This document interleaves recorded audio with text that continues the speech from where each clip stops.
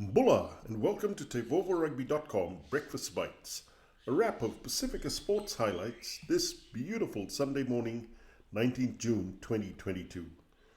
In the big rugby game yesterday, the Black Ferns racked up a third straight win in the Pacific Four Series, thrashing the USA Eagles 50 points to 6 in Whangarei yesterday.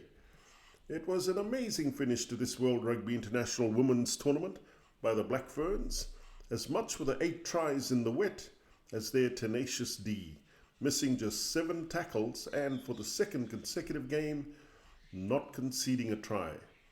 Leading the charge on attack was the irrepressible left wing Ayesha Leti-I'iga, who ran in a dynamic hat-trick of tries. Halfback Arihiana Marino-Tauhinu relished her first test start and was named player of the tournament for setting up at least 2 tries and working incisive angles and inside balls for her runners, just like Sid going in the good old days. And the only way to describe the Super Rugby Pacific final in Auckland yesterday is ouch.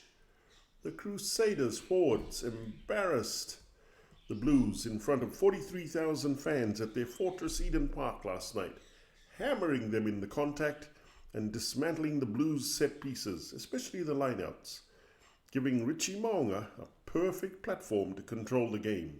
So congratulations, Crusaders, for a fantastic 21-7 win and Super Rugby champions again.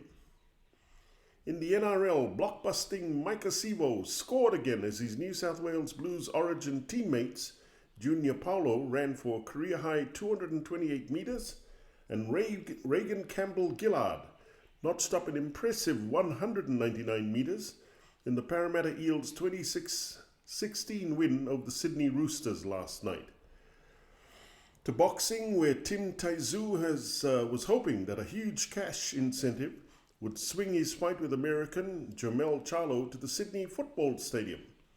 But the first man to unify the super welterweight division in the four-belt era, an undisputed super welterweight champion, Charlo wants his first fight at home on US soil.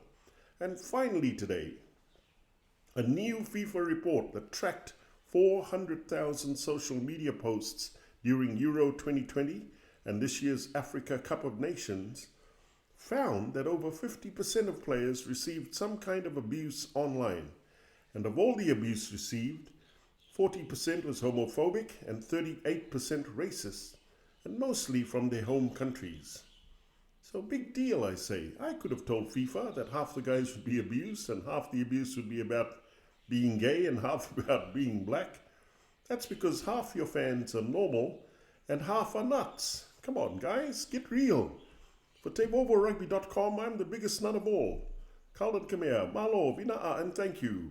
Please hit the subscribe button below if you'd like to receive more Pasifika sports highlights on Breakfast Bites. And thank you for your support.